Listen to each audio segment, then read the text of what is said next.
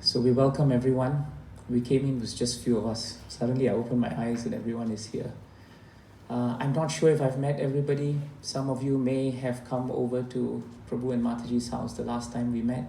Some of you may not.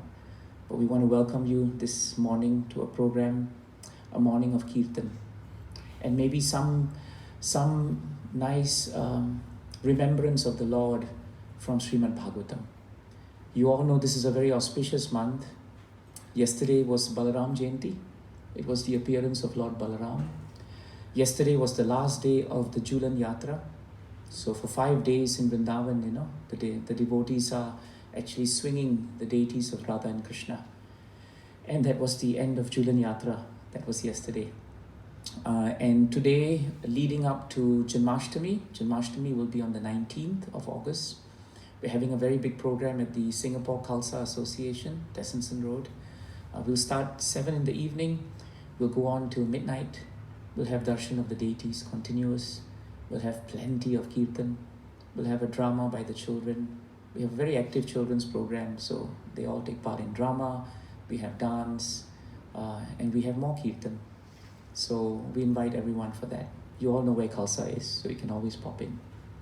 Today we wanted to actually chant Krishna's names, and we just chanted for a while. The power of chanting is so powerful that actually you don't even have to have a picture or a murti of Krishna to feel the presence of the Lord. This is a very important concept in our Vedic culture. No doubt it is very important for us to have deity forms that we see. By the way, we don't use the word idols. If you know Sanskrit and you know scriptures, you will find that the word murti, right, is actually the closest synonym to that in English is actually deities. Idol is Sir Winston Churchill in Trafalgar Square. That's an idol. No one worships that. Someone comes once a month to clean him, but that's about it. The deities are very different in our Vedic culture. Deities are infused with transcendental purity because they are considered to be non-different from the Lord. The nature of the Lord is unlike us. He is absolute. If Krishna is absolute, Bhagavatam says, that means he can see with his ears and he can hear with his eyes. That is the nature of being absolute. Which means, practically speaking, if you chant the names of the Lord, it is as good as seeing him. Taking darshan of him and hearing him is the same. One who chants the names of the Lord, particularly in Kali Yuga, because we are living in Kali Yuga. In Kali Yuga, it's very difficult, Shastras tell us, to be able to conduct elaborate fire sacrifices, yajnas, Very often you end up paying a bomb for it, and some Pandit will probably tell you that, there's going to be some auspiciousness coming. But ultimately, you need a very, very good set of paraphernalia for such yajnas to work. In the Treta Yuga, in the Dwapara Yuga, in Satya Yuga, that was possible. But in Kali Yuga, it is very difficult. So that's why our Shastras tell us the easiest way for us to connect with the Supreme, to connect with the Supreme Personality of Godhead in this day and age, is actually simply by chanting the holy names of the Lord. The name of the Lord and his rupa, his form, are non-different. So if you chant Krishna's names, Krishna gives you the vision to see him and to experience him. That's why when we chant, you find that there is so much power to chanting. It is entirely different from a material vibration. If you turned on radio or you put on, your iTunes or whatever, and you heard anything else which is music, you'll find that there is value to it, but it is temporary. By nature, everything in this world is temporary, which means the luster and attraction of it will be there, but eventually either it deteriorates or it eventually vanishes. Just like all of us will also be in the same line. We will all deteriorate eventually. Whatever we were 20 years ago is not what we are now. And whatever we are 20 years later will not be what we are now. All of us are blessed now to have our faculties with us. But in 20 years, only Krishna knows where our fates are and what will happen to us. Whether we are young, we are old. It is said very nicely in Vedic scriptures, Yamasya karuna na asti. Yamasya means Yamaraj, the superintendent of death, right? Karuna means daya, mercy, compassion. Na asti, no compassion. Death has no compassion. because death can strike us anytime. Whether we are young, whether we are old, death is like fire. If you tell fire, please don't burn the child is innocent, child doesn't know what fire is. Fire doesn't regulate itself to our material conditions. We must regulate ourselves to the purity of fire. That is the nature of Supreme. The nature of Supreme is that we must regulate our life to align ourselves with the Supreme. Otherwise, we will not be able to transcendently touch the Supreme. That is known in Sanskrit as Brahma Sparshanam. Sparshana means to touch. Brahma means transcendental. That's why we chant. Because chanting, the beauty of chanting is there's no hard and fast rules. We don't have to be qualified materially to chant. Someone who's very young, someone who's very old, you don't have to go through purificatory rites to chant. Nothing. You can chant in the bathroom while you're taking a shower. Krishna is not going to say, no, this is not the proper time to chant. You can chant his names anytime. And you'll find you can chant his names in any tunes, right? There's so many different ragas.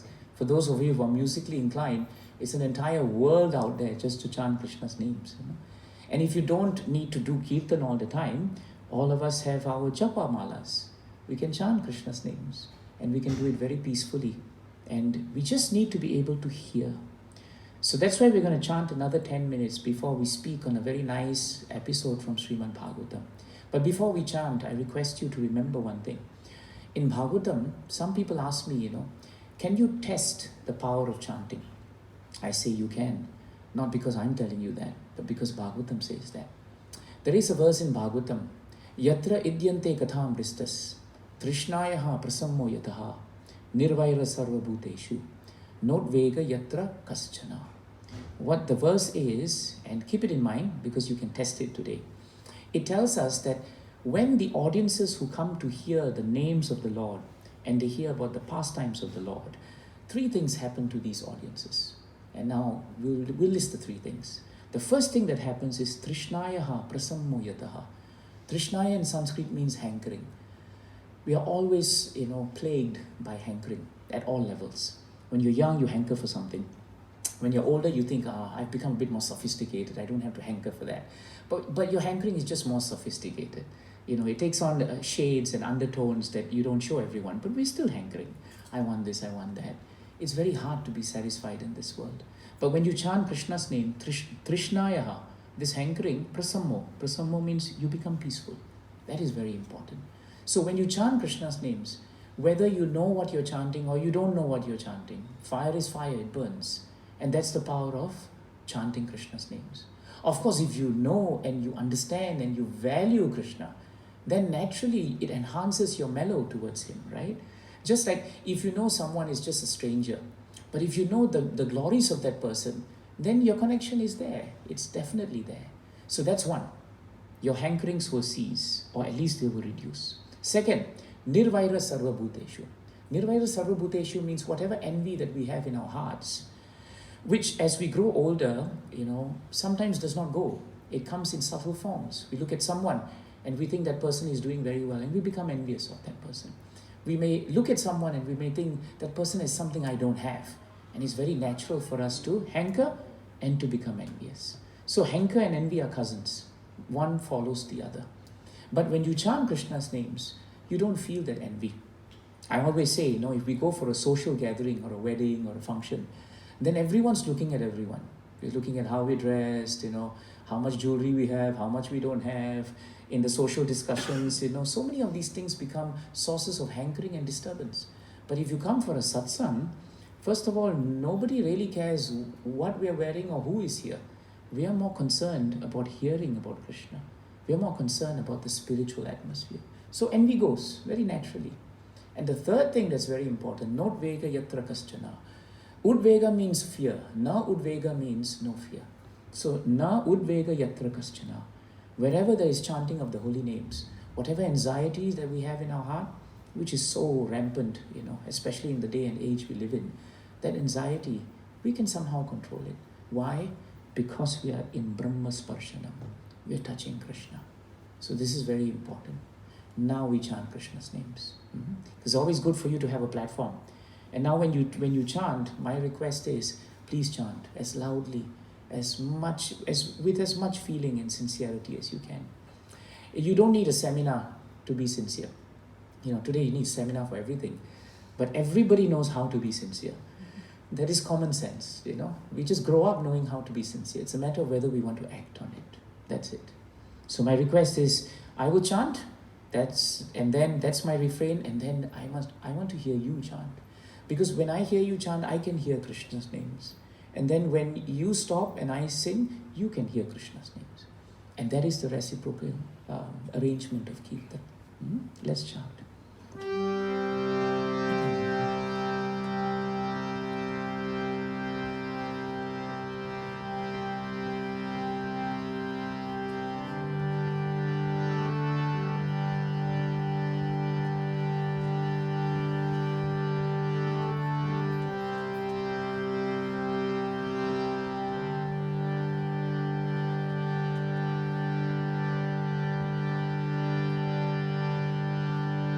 Hare Krishna,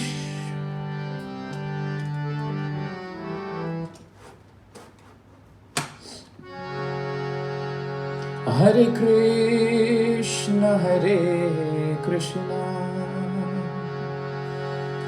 Krishna Krishna, Hare Hare, Hare Rama, Hare Rama,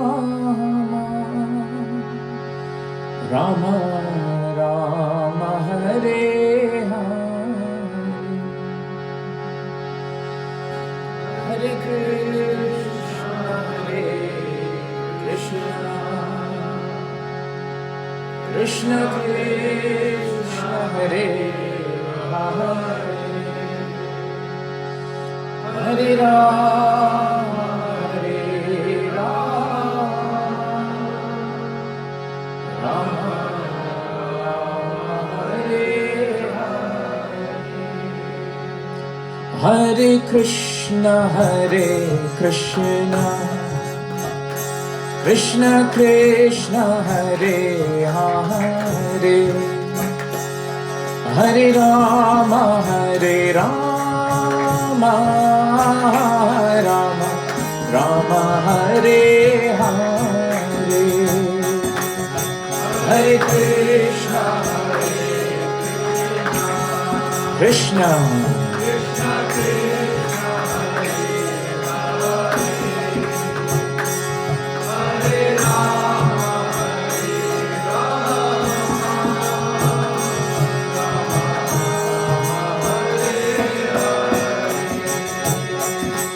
Hare Krishna, Hare Krishna, Krishna Krishna, Hare Hare, Hare Rama, Hare Rama, Rama Rama, Hare Hare, Hare Krishna,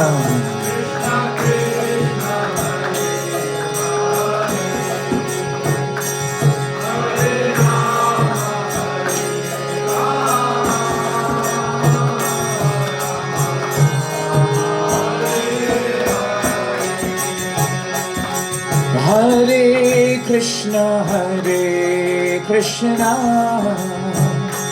Krishna Krishna, Hare Hare, Hare Rama, Hare Rama, Rama Rama, Hare Hare,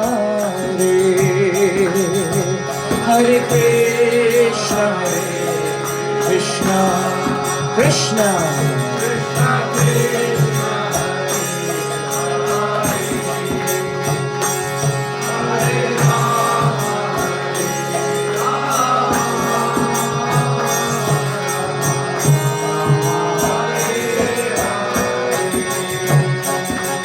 Hare Krishna, Hare Krishna,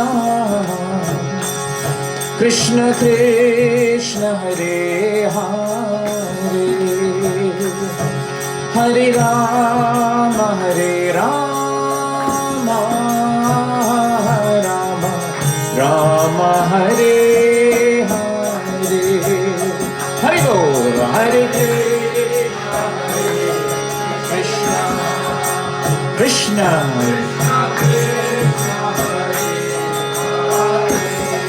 Hare Hare.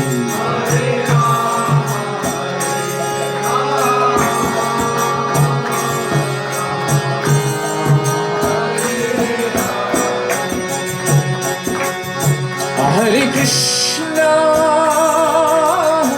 Hare Krishna, Krishna Krishna, Hare Hare, Hare Rama, Hare Rama, Rama Rama, Hare Hare, Hare Krishna, Hare Krishna, Krishna Krishna, Hare Hare, Hare Rama.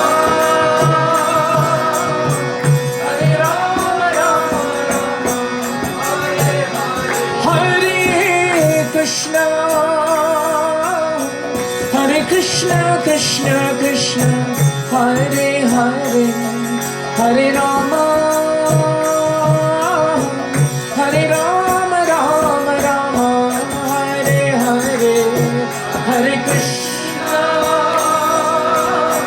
Hare Krishna, Krishna Krishna, Hare Hare,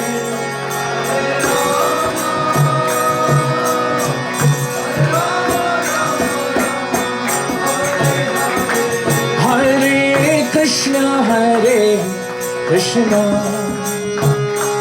Krishna Krishna, Hare Hare, Hare Rama, Hare Rama,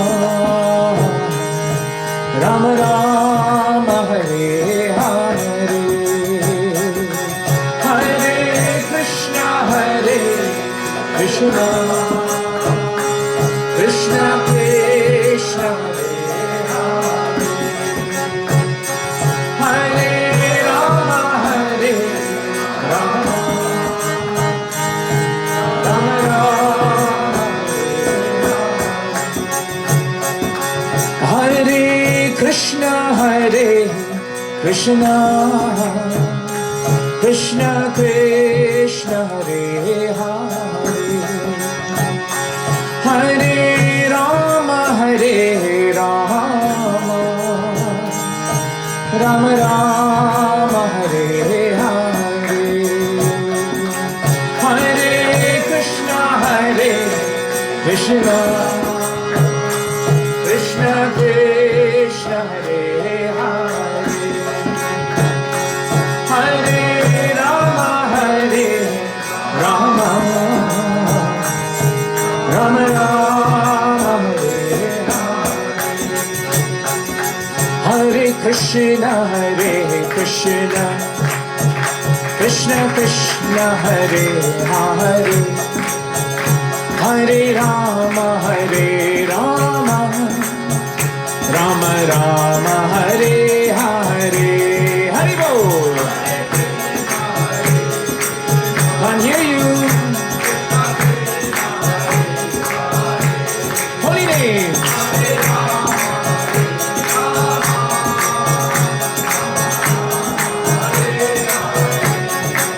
Hare Krishna, Hare Krishna, Krishna Krishna, Hare Hare, Hare Rama, Hare Rama, Rama Rama, Hare Hare, Hare Hare, Hare Krishna, Hare Bol, Hare Rama, Hare Rama,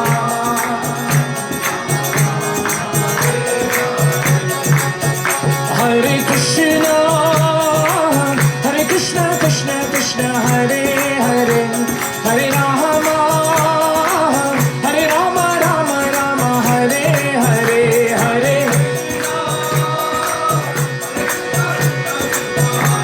Hare Bol, Hare Rama, Hare Krishna, Hare Krishna, Krishna Krishna, Hare Hare, Hare Rama, Hare Rama, Rama Rama,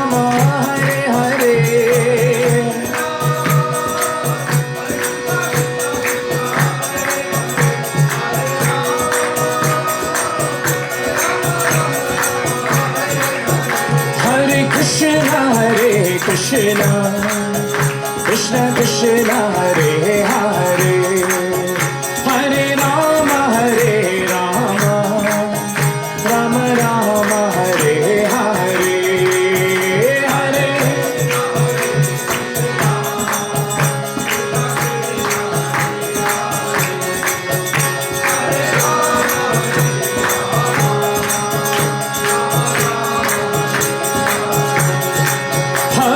Krishna, Hare Krishna, Krishna Krishna, Hare Hare, Hare Rama, Hare Rama, Rama Rama, Hare Hare, Hari Bol.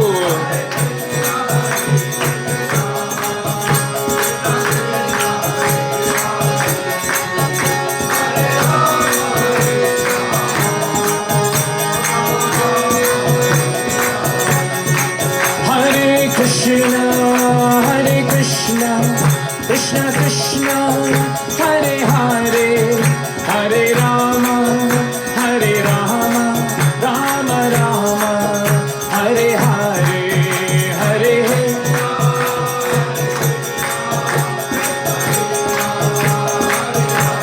Hari Hari.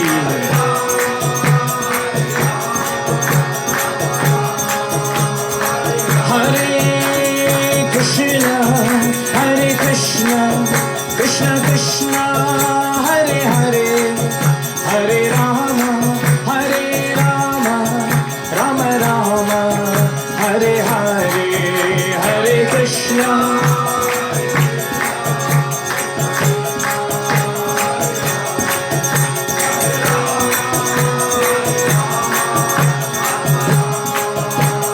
Nitai Gaura Hari Bol, Hari Bol, Hari Bol, Nitai Gaura Hari Bol, Hari Bol, Hari Bol, Nitai Gaura Hari Bol, Hari Bol, Hari Bol, Nitai Gaura Hari Bol.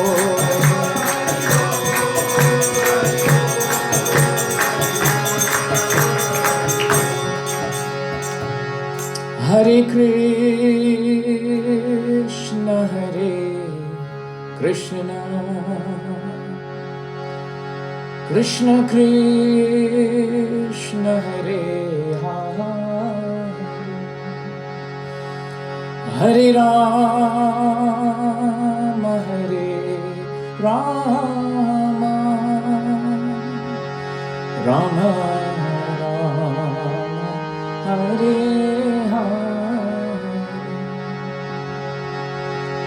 Hare Krishna, Krishna, Krishna Krishna,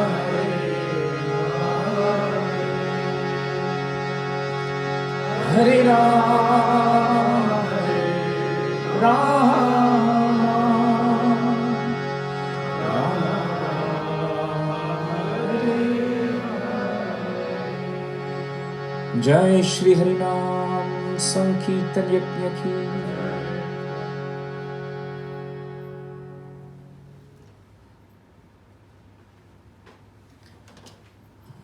I think you would feel that the vibrations are very, very nice, very transcendental, very powerful.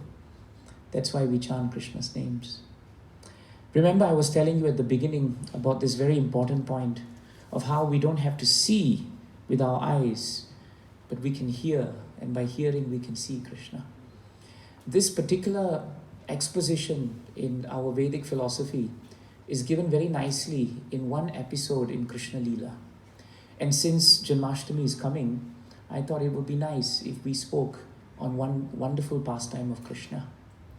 This pastime of Krishna is not unknown to you. It is the pastime of Krishna kidnapping Rukmini, his queen. Many of you would have heard it. In our programs, we have even done dramas on that. It's a very nice episode. You know that too, right? Very nice. You know, in the 10th canto of Srimad Bhagavatam, Rukmini is considered to be one of the great queens, but before that she was a princess. And she was a princess in the wonderful kingdom of Vaidarbha. And her father, was actually very much for the idea that she should get married to Krishna. But Rukmini had a brother. She had 4 brothers, but of the 4 brothers, the eldest was Rukmini. And you all know that Rukmini was actually quite antagonistic to Krishna. And for whatever reason, he was good pals with, of all people, who was he good pals with? Anyone? Yeah, he was actually very good pals with Duryodhan. With Duryodhan, actually.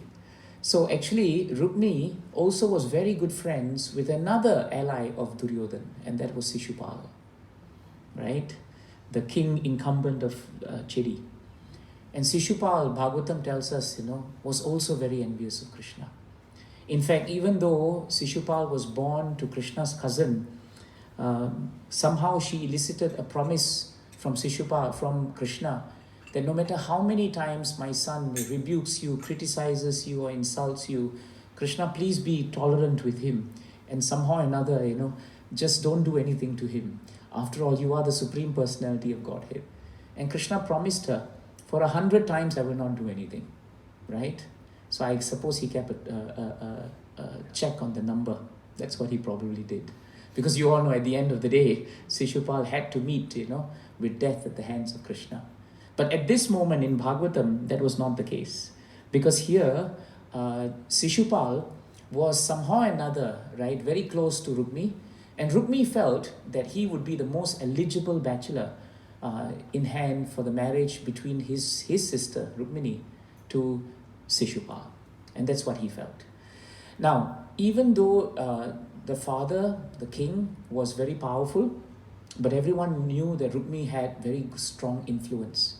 So even though the rest of the family members were really desiring that somehow or another Krishna should become the husband to Rukmini Mata, at that moment, right, plans were being arranged that Shishupal should come and Shishupal should get married to Rukmini. Now, Rukmini grew up in the palace hearing from so many great devotees of the Lord who used to come and meet the king and give blessings to all the family and the kingdom. She would constantly hear the glories of Krishna, right? She would hear his glories. And the more she heard his glories, the more purified and attracted in her heart she became to Krishna. This is the effect of hearing. That's very important, In Bhagavatam, it is stated very nicely in one shloka. And this is a very powerful shloka. Sankītyamano bhagavananantaha shrutanubhava vyasanam hi pumsam pravishya chittam vidunoti asesham yata tamo arka abram ivati nataha. This appears towards the end of Srimad Bhagavatam. And Shukadev Goswami is speaking to Parikshit Maharaj.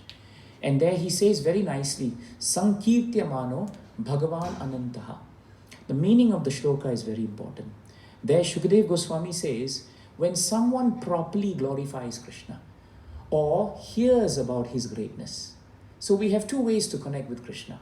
One, we can speak about his greatness, or like what we are doing today, we can hear about his power. So if someone simply hears about the power of the Lord or simply speaks about him, 2 things happen, Bhagavatam tells us. 1, the Lord personally enters into our hearts. This is very important. Personally enters into our hearts. And when he personally enters into our hearts, what does he do? He doesn't just sit there. Krishna cleanses away all traces of misfortune that we may have in our hearts. So what are these misfortunes that we have in our heart? Bhagavatam tells us misfortunes in our heart is only due to 3 things. 1, pride. 2, envy. And 3, anger. These are the 3 strong roots that bind us to this material world. Pride is the beginning of all anger. And the symptom of all anger, right, is actually shown in envy. So before we come to anger, very often if we are angry about something, it's different of course if you're angry with your child or you feel someone has to do something and you're upset with it. But we're not talking about that anger. We're talking about the anger of Shishupal, the anger of Kamsa, the anger of all these demons towards Krishna. That anger was born out of envy. They could not take it that someone was more greater than them. And when we can't take it if someone is greater than us, we actually become angry with that person. But we don't show the anger sometimes. We are sophisticated about it, but we definitely have envy in our hearts. So where there is pride, there will be envy. And where there is envy, there will be anger. It's very easy to remember. PEA, garden peace, peace. It's very easy to remember. So Shishupal and Rukmini, they had that in their hearts. But Rukmini Mata did not have that. Because she was growing up from the time she was young, she was just hearing about Krishna. Narada ji, for example, would come very often and he would visit, and being a pure devotee of the Lord, he would glorify Krishna. And because he glorified Krishna so much, beginning at the very beginning of her age, as she started hearing about Krishna, she became attracted to him. That's why our Vedic culture insists that we create a spiritual atmosphere at home. You cannot, at the end of your life of materialistic world, a materialistic life up to 55 years old, and then when you withdraw your CPF and you say, okay, now I'll become sadhu, it's not going to happen. It doesn't happen. We always tell ourselves, when I'm all retired, I'll become a sadhu baba. But it doesn't happen, because this is conditioning.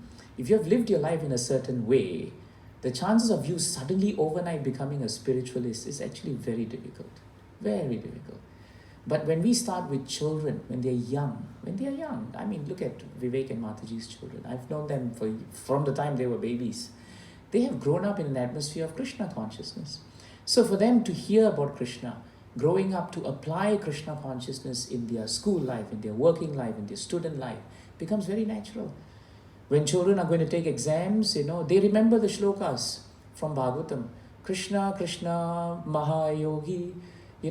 All these beautiful verses they hear and they remember.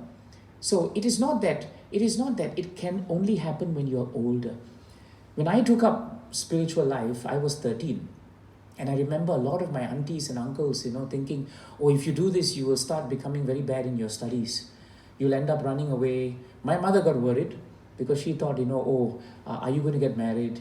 Is it possible? Will you have a child? Because she thought I'll become a sadhu. But when you become a spiritual person or you take up spiritual life, doesn't mean you abandon your duties. You're all well situated and yet you're all spiritual by nature. How is that possible? That is the art of Vedic culture. So it is very important to start young. And if you are old, then start today. Don't say, no, tomorrow I will plan. Tomorrow never comes. You know that. Tomorrow never comes. And tomorrow we don't know what will happen. Even after this program, we don't know what will happen. So we should never put away that which is auspicious. You all know that, right? That's one of the Vedic tenets. Never put away that which is auspicious. It must be done today. And so Rukmini Mata grew up in an atmosphere of Krishna consciousness. And because she grew up that way, she became naturally attracted to Krishna. And so in her heart, right, she had enframed and enshrined Krishna as the only object of love. And so when she was given, when the thought that she was going to be given to someone like Shishupal was so envious of Krishna, she was thinking, what is going to happen to me? Now, this is a very important point.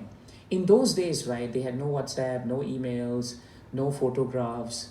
So Rukmini Mata had never seen Krishna. This is something many people don't realize. If you read Bhagavatam very carefully, you'll realize that she became attracted to Krishna and she only wanted to marry Krishna only on the basis of hearing about him. She had never seen Krishna. Never seen. But that's the point. The Lord is absolute. By hearing about him, he gives you the eyes to see him. And so even though she never saw Krishna, she could still see Krishna by divine vision. This is a very important point. Krishna himself also heard of Rukmini. When he was in Dwarka, he was hearing about Rukmini. And in his heart, he also accepted her as his wife. So this relationship between Krishna and Rukmini is not the relationship of the material world. Very often we degrade spiritual relationships into the material world. When we look at Ras Leela, for example, we think it's about a man dancing with many girls. When we think about Rukmini, we think it's about a girl falling in love with a boy. But it is actually much deeper than that. It is about a devotee's love for the Lord. Whether it is coming in the form of a child or a parent or a paramour, it doesn't matter. But it's to the Lord. Therefore, it's very pure. So Rukmini Mata was born a Kshatriya princess. So she thought, instead of moping around and being depressed, what am I going to do? How am I going to get married to Krishna? How is Krishna going to know? I am in the central, she was in the UP part of India, further up, And Krishna was in Dwarka, which is all the way to the end, right? In the eastern part. So how? West. How was she going to do it? So then she thought, let me do something constructive. And this is another important thing of the pastime. Rukmini Mata decided, let me write a letter to Krishna. Let me write a letter. Let me express myself. No emails those days, but there was a letter. And she could write the letter. And so she wrote a letter and she gave it to the Brahmana. And she told the Brahmana, go very quickly now and see Krishna. Time is running. Give it to him. In that letter, it will be very clear that I want to marry Krishna. She was very forward in those days for someone to write and say, look, I want to get married to you. Come and get me. That's basically what Rukmini Mata is going to say. But she's a Kshatriya, so she was not wasting time. And this is the second point I was saying. In devotional service, we should not be reactive. It is not when calamities come and suddenly we remember Krishna. That's reactive. We should be proactive. Proactive means we develop a lifestyle where whether there is good times or whether there is bad times, Krishna is in the center of our lives. Isn't that what love is about? You all have your fly-by-night friends, the ones who call you once a year and you know they're calling you because they have a crisis and you need to be there. And you know those are fair weather friends, isn't it? Then you have your good friends who are there with you through thick and thin and who are with you and who love you, who care for you. Whether you have a good day or a bad day, it doesn't matter. That's how our families are structured. That is unconditional love. So Rukmini Mata did not send this letter to Krishna because she was in difficulty. No. All her life, he had been the object of her life. It was natural for her to turn to him. And since she had not even seen him, she thought the best thing I can do is to surrender to him in my letter. And that's what she did. And she wrote a most beautiful letter. In that letter, when Krishna met the Brahmana who came to Dwarka, Krishna made the Brahmana sit down and say, why have you come and where have you come from? You've come so far away. And he said, I come on urgent business because I have a letter from Rukmini. And he thought, right, show me the letter. And he took the letter. And when he read the letter, Krishna became very moved. Because in that letter, Rukmini Mata expresses something very beautiful. She says, Krishna, you are known as Bhuvana Sundara. Bhuvana Sundar means one who is very beautiful, not just externally, but also internally. She says, that Krishna, you are the only solace and the only source of comfort in this world. I am now in a very precarious situation. I have heard of your qualities, I've heard of your demeanor, I've heard of your greatness.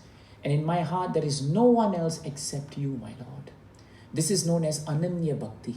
Ananya means no one else. Bhakti means devotion. So Ananya Bhakti means Bhakti which is very focused. It is very unconditional, but it is very, very focused. It's like a stream of sun ray, that pierces darkness.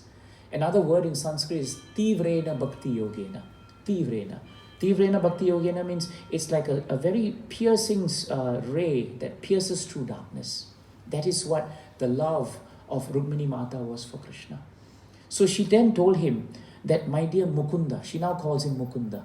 Mukunda means one who relieves, one who gives liberation to someone. So by calling him Mukunda, she's saying, you must liberate me from this situation now. Please help me now. Why? Because you are lion amongst men. Do you want a jackal to catch me? Or should I be the property of a lion?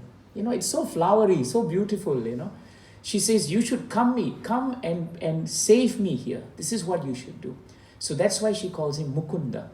So she first calls him Bhuvana Sundar, then she calls him Mukunda. Then she says, oh Lord Hari. Hari means one who removes all miseries. So she says, Hari, please do come and save me. But this is not just a letter where she just expresses everything and says, Krishna, now you have to do something. No, she's very capable as a lady. She says, this is what you must do. Now she tells Krishna, this is what you must do, okay? You come all the way, right, to my kingdom. This is the date I am supposed to get married. Now, you must kidnap me. Just like a lion will kidnap, its prey in the presence of jackals. There will be many, many jackals. Shishupal is coming with an army, so be prepared. You see, so Rukmini Mata is not a helpless person who says, come and help me. No, she's saying, this is how you come and help me. And this is the mood of a devotee and the Lord. Devotional service is not sentimental. Devotional service is on the basis of philosophy. It is on the basis of practicality. It exceeds this idea that, oh, it is just sentimental. No, it is not. So Rukmini Mata then told him, now when you must kidnap me is also very important. Because if you kidnap me from the palace, there will be pushback. And many people and many lives will uselessly be lost. So I will be walking from point A to point B. I'll be walking from the palace to Durga Mata shrine. And there I will see Ambika Devi. That's the temple I go to. I will pray, and after I pray, I will come out. Now when I come out, that's it. Then the marriage will take place. So that's the time you should come, because that area is a little open and there'll be no casualties. This is the mood of a devotee. Even if a devotee is very fixed with Krishna, a devotee is always a well-wisher of everyone. We don't want to hurt anyone. We don't want any collateral damage, even though we are very fixed in our devotional path. So Rukmini Mata wrote all of that, and finally she said something. She says something very nice as she ended. She says that in my previous life, I must have done some pious activity to deserve this opportunity to even write a letter to you. Never mind if you come and save me. Just an opportunity to write a letter to you is enough for me. If you do not come, I consider it your duty. I consider it your will. Because ultimately, no matter how much we want, we must all be aligned to the supreme will of the Lord. And isn't it true in our lives? How many times we have wanted something in a certain way, and sometimes we get it, but sometimes we just don't. Sometimes we go in this direction and suddenly fate and destiny pushes us in this direction. That is the hand of the Lord. That's why Krishna is known as Samanjasa. Samanjasa means source of opportunities. Any opportunity we get, like this morning, is an opportunity to remember Krishna. And you all have taken that trouble to come to hear about Krishna. How much Krishna will be pleased and how much he will reciprocate with you. This is a relationship. And so the letter ended. And so Krishna, when he read it, he became very inspired. He said, I will definitely go now. And then he turned to his charioteer, Daruka, and told him, prepare my 4 horses and we will travel. There was very little time left. So he told the Brahmana who came, you took weeks to come here. You sit on my chariot also and we will go very fast. And in the meantime, all the preparations for the wedding was happening.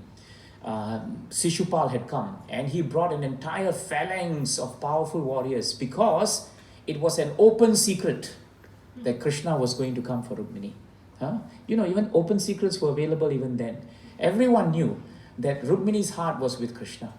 Even the residents of Vidarbha, they were praying, Krishna, please come and kidnap our princess. We don't want Shishupal. He's not good, he's not up to the standard of her. That way, they were all also praying. And suddenly there was an announcement that Krishna and Balaram had actually come. Now, Krishna came alone, but Balaram came with an entire army of the Yadu dynasty. Now, when Shishupal heard that, he called for Jarasandha. He called for all his other allies to beef up, literally, the phalanxes, because they were getting prepared for war. As lawyers, we say, if a negotiation fails, we're going to lawyer up, isn't it? Not good to lawyer up. In the same way, when parties realize negotiations are going to fail, they are going to battle up. And that's what they were doing. So when Krishna came, the king received him very well. Krishna said, I don't want to stay in your palace. We'll just stay in a camp, somewhere outside. That's fine. Krishna was keeping it low-key, but nothing about Krishna is low-key.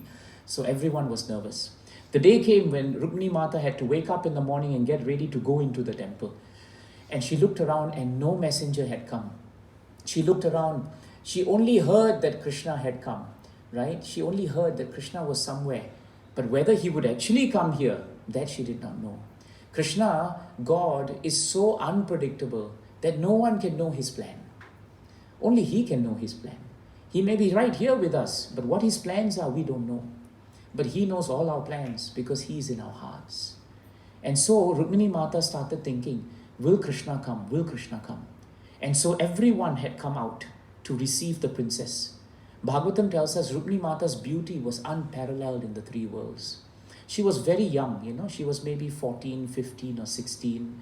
And as she came out with her mother and all the other princesses. They went into Ambika Devi's temple, they prayed, and she thought, last chance now, Krishna. If I come out now and I don't see you, it's all over. It's all over. And just as she was going to come out, she saw the Brahmana. And when she saw the Brahmana, right, There was a little hope in her. But she thought that even then, if Brahmana came back, maybe the news is Krishna said, no, I decline, I'm not coming, it's too far away, I'm not going to come. But she kept having faith in the Lord. And here the Shastras tell us that Rukmini Mata's determination not to be swayed from any other object of love but Krishna is what ultimately attracted Krishna to her. And there is a leaf from that book for us. If we want to attract the love of God, then to the extent that we are determined in our devotional service, to that extent Krishna will reciprocate. In Bhagavad Gita, there's a nice shloka, Ye yata mam prapadyante, tam stataiva bhajami aham. To the extent that you surrender to me, Krishna says, to that extent, I will reciprocate accordingly. So it's a fallacy to think, oh, I can just sit down, God is in my heart, and He should actually give everything that I want. No. In a normal material relationship, how hard you have to work in a relationship. You yourself know. Many of you are married for years. Only you know what a challenge it is, isn't it? To tolerate your husband, to tolerate your wife, and vice versa. You know how much you have tolerated. You don't keep a balance sheet to say, I spent this much on you, and I worked this hard on you, I expended this amount of blood on you. We don't do that because we understand that this is a give and take relationship. So with Krishna, a devotee is always determined, and determination attracts Krishna. So the moment Rukmini Mata came out, she looked around. And remember, this is the important point. Had she seen Krishna before? Never seen him. Never seen him. But the moment she saw a personality seated on a chariot, looking bluish, and hearing all the descriptions of him that she had heard from Narada, by hearing about him, she came to see Krishna. This is the power of hearing. And the moment she saw Krishna there, Rukmini Mata's demeanor changed. She became very happy. And the moment she became very happy, that everything changed. Shishupal, meanwhile, was standing there. And Shishupal and all the princes, they all looked at the beauty of Rukmini. And Bhagavatam says some of them almost fainted because she was so beautiful. Each one of them was thinking, even though they were all friends with Shishupal, but each of the other kings were thinking, Shishupal doesn't deserve her. I deserve her. Because by nature, each one of us always thinks we are better than the next person, isn't it? We may be very humble. Oh, Prabhu, you sing very nicely. But in my heart, I could say, no, I sing better than you. I may say you dress very nicely, but I'll think, hey, but I look better in this. We all think that way, So all the princes, they were also thinking that way. She belongs to me. Why should Shishupal get her? In that way, they were motivated not by love. They were motivated by lust. In material world, lust is what drives us. Hankering, greed, envy. We want something, but we think it belongs to us. We believe it's our statutory obligation to have it. But it's not. It's not. Everything belongs to Krishna. If everything belonged to us, then at the point when we leave our sharir, why is it that we don't take anything with us? Not a single thing we can take. Even the sharir would have to stop at the crematorium. Your soul only goes alone, but nothing comes with it. Nothing. So all of them were looking at her and they were dazzled. But the more they were dazzled, the more they became bewildered. And Krishna, in a swoop, like a lion swoops in, to take something. Bhagavatam tells us Krishna came in his chariot. He just swung by Rukmini. He picked her up by her hand. She gave a hand gladly with a smile. He put her on the chariot. He looked back at all the respective kings, particularly at Shishupal, acknowledged them all and started riding away into the sunset, so to speak. Now, for a while, the whole congregation was shocked. And then all Rukmini Mata's friends, her well-wishers, all started clapping. All the residents of Vidarbha started clapping. They were very happy. The king was very happy. Rukmi, the brother, was extremely upset. Shishupal fainted. He couldn't take it. He thought, what a misfortune. Here I am going to get married to the most beautiful person in the world, and of all people, my arch enemy Krishna should come and take her away. But when he became very morose, Jarasandh, stood up and said, why should we be morose? We are many, he is one. Let us chase him and let us catch him. And so Rukmi, Shishupal, Jarasandh, and the whole gang, who will be on the side of the Kauravas, They gave chase to Krishna. But Krishna is Krishna. You can chase God out of devotion. You'll probably catch him, if he allows. But if you chase God out of envy, you will never catch him. He's uncatchable. He's uncatchable. That's why Krishna is known as Rancho Rai. You must have heard of this very famous Dakor deity known as Rancho Rai. Krishna came, during the battle with Jarasan, there was a great demon known as Kalayavana, and he wanted to wrestle and kill Krishna. So Krishna dropped all his weapons and started walking past him. And Kalayavana said, "You are a coward, Krishna, for running away from me." And he started running after him and said, "I will catch him and I will just squeeze him to his death." But the moment he was close enough to Krishna, Krishna was a mile away. The moment he was close to Krishna, Krishna was a mile away.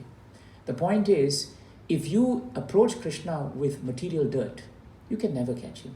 He's elusive. But if you approach Krishna with a pure heart, then you can catch him. Yashoda Mata could bind Krishna. Why? Because she bound him with love. That's why she could bind him when he was in Vrindavan. But she could not. Nobody else could bind Krishna. And so, therefore, Rukmini Mata was caught, kidnapped, so to speak. And she just ran. And she went in the chariot. She was very happy because she was with Krishna. She had no doubt that she would be all right. And at that point of time, Balaramji came with his army. And though they were giving chase and arrows were being shot, Balaramji and his army decimated the population of the kings. Shishupal had to turn around in shame and embarrassment. Right? He had nothing left. His chariot was torn into pieces. Every arrow that he shot was counted. His bow was shot to pieces. His weapons were all gone. He turned and went back. Only one person gave chase. The brother of Rukmini, Rukmi. He was very upset. How dare Krishna take away my sister? And so he chased him. And Balramji was putting away the other people, and Krishna said, "I will handle this one." And so as Rukmi came, Krishna started shooting arrows very casually. One arrow destroyed his chariot. The other arrow threw away his helmet. The third arrow broke his bow and arrow. And he had nothing left. In the end, he was on the ground. Krishna stopped the chariot and he took up a sword. And he came towards Rukmi. And he was about to destroy Rukmi, was about to conquer him as Kshatriyas would. But Rukmini Mata fell at the feet of Krishna and said, "He is my brother. Please don't do this. He's after all my brother. Whatever he is my brother." That's why it is stated, sometimes Krishna, as the Supreme Lord, as powerful time, he's the destroyer of the worlds. But Krishna's devotees are even kinder and even more compassionate than him. They don't want to leave a single soul in this world without the presence of Krishna. And Rukmini Mata embodies that. She embodies that. And so Rukmini saved Rukmi. So Krishna said, "All right, I don't have to kill him, but I'll do something which as a Kshatriya is completely humiliating for him. He deserves something." So Krishna just took a scissors, and snipped off some hair from Rukmi, snipped off half his moustache, snipped off a bit of his eyebrows, so that he looked really funny. And that is considered an insult to a Kshatriya. Kshatriyas would rather be killed than to be in that position. By then, Balramji had come. When Balramji saw Rukmi in this matter, in this position, he started chastising Krishna. And he welcomed Rukmini Mata. "First of all, welcome to our family. I'm your brother-in-law, Balram. And I'm very upset with your husband for having treated your brother this way." And he admonished Krishna like an elder brother would. He said, "Krishna, how can you treat our family like that?" And Krishna just accepted it because they are transcendental brothers. And Balram, by doing that, brought balance to the situation. And so this is how Rukmini Mata was kidnapped and how she was very nicely brought back to Dwarka, where she stayed with Krishna. It's a very simple story, but it has so much meaning to it. But more importantly, you will realize that Rukmini Mata never saw Krishna. She developed all her love for him by just hearing about him. And that's how we're going to end the program today, by hearing about Krishna.